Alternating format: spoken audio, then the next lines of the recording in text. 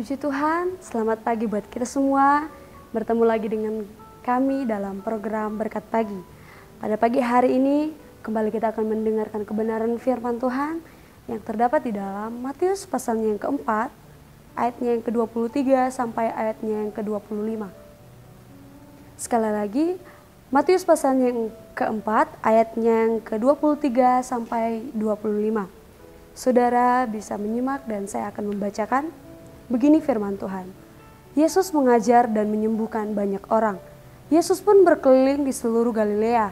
Ia mengajar dalam rumah-rumah ibadat dan memberitakan Injil Kerajaan Allah, serta melenyapkan segala penyakit dan kelemahan di antara bangsa itu. Maka tersiarlah berita tentang dia di seluruh Syria, dan dibawalah kepadanya semua orang yang buruk keadaannya, yang menderita berbagai penyakit dan sengsara, yang kerasukan, yang sakit ayan, dan yang lumpuh. Lalu Yesus menyembuhkan mereka. Maka orang banyak berbondong-bondong mengikuti dia.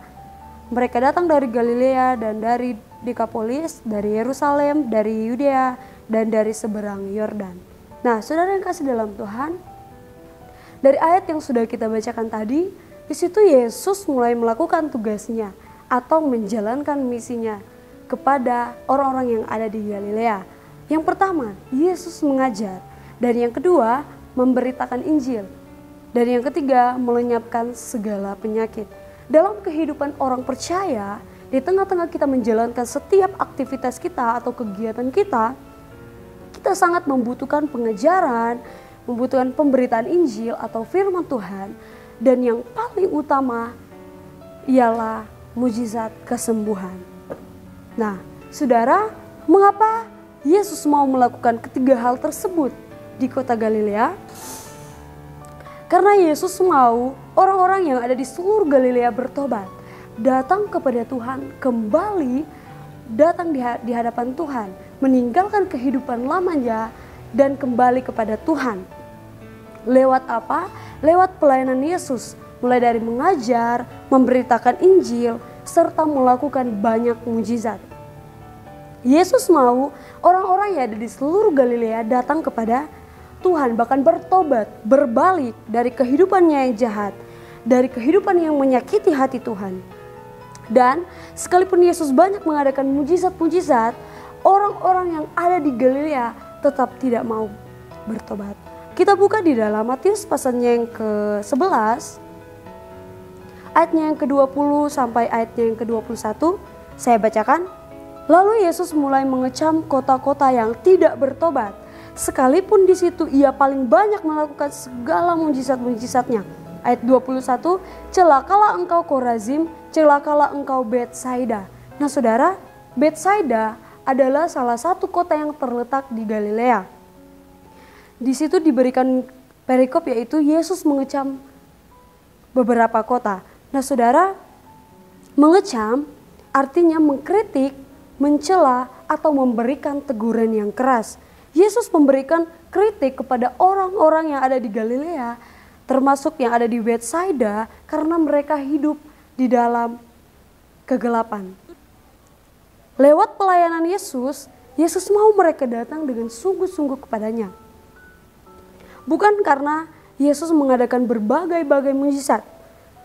Karena apa? Pada ayat 20 di situ dikatakan, Yesus mulai mengecam kota-kota yang tidak bertobat, sekalipun ia di situ paling banyak melakukan mujizat-mujizatnya.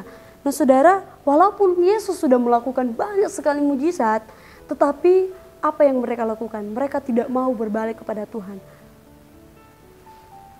Nah saudara, dalam kehidupan kita sebagai orang-orang pilihan Tuhan, sebagai orang-orang percaya, di dalam pengiringan kita kepada Tuhan, jangan kita hanya mau mujizat, tetapi janganlah kita hanya mau mujizat yang daripada Tuhan, tetapi saudara, kita lupa memprioritaskan Tuhan. Jangan kita hanya butuh Tuhan, jangan kita hanya butuh Yesus karena mujizatnya, tetapi kita tidak butuh Yesus di dalam diri kita. Saudara yang kasih dalam Tuhan, kita tahu bahwa Yesus adalah pembuat mujizat yang sejati. Yesus banyak melakukan banyak mujizat, mulai dari lumpuh disembuhkan, orang buta disembuhkan, dan lain sebagainya. Tetapi ya saudara yang kasih dalam Tuhan, jangan pernah kita salah motivasi dalam mengiring dan melayani Tuhan. Jangan kita hanya mengejar mujizat Tuhan, tetapi kita tidak butuh Tuhan di dalam diri kita.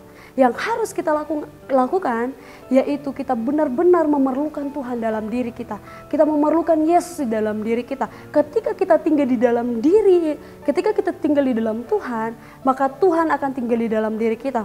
Tuhan tahu setiap apa yang kita alami akhir-akhir ini. Tuhan tahu apa yang kita alami, persoalan, pencobaan. Tetapi ketika kita datang bersungguh-sungguh di hadapan Tuhan, kita datang berserius, berserah, bahkan berseru, maka yang akan kita dapatkan yaitu janji Tuhan. Tuhan akan menyertai setiap kehidupan kita, bahkan Tuhan akan memberikan jalan keluar. Karena Tuhan adalah satu-satunya penolong di dalam setiap kehidupan saya dan saudara. Untuk itu ketika kita datang kepada Tuhan, kita bersungguh-sungguh kepada Tuhan. Dan kebenaran firman Tuhan sampai di sini, biar kiranya Tuhan Yesus memberkati kita semua. Immanuel, Allah beserta kita.